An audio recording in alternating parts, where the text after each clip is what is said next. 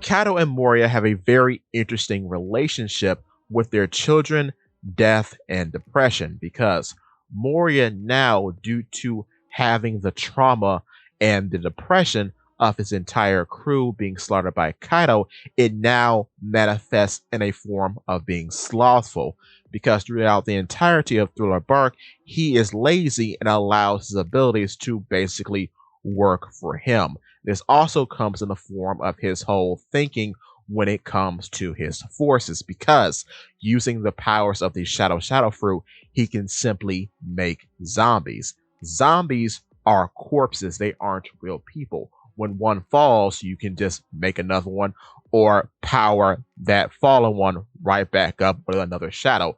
They don't matter. On the flip, Kaido is depressed because he found out he was not the main character. He knows, despite King's insistence, that he is not Joy Boy.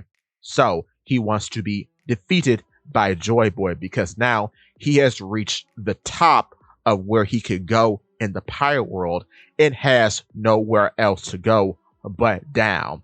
This is literally shown in his introduction, in which he falls off a sky island to the ground below.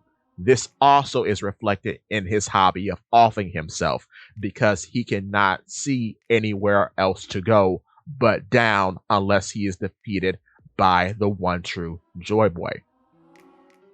Now, when discussing their children, both of them have daughters. Kaido has Yamato, Moria has Perona. In Kaido's case, Yamato is his biological child. In Moria's case, Perona is adopted. What is interesting about them and their daughters is that both of their powers are very similar to that of their daughters, because Kaido is a mythical Zoan with breath powers. Yamato also is a mythical Zoan with breath powers.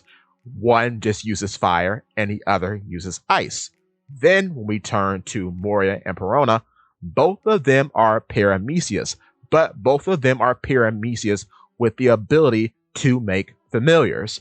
Moria has the ability to both use his own shadow as a familiar to do his bidding, as well as taking the shadows of others and putting them in corpses who then fall to his control.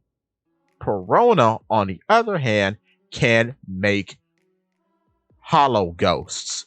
Said ghosts follow her wishes, and she can even see through them, making a ghost network. They too have the unique ability of passing through living beings and making them depressed, as well as having the ability to create shockwaves. So I find that all very interesting. But give me your thoughts and tell your friends about Paula Works.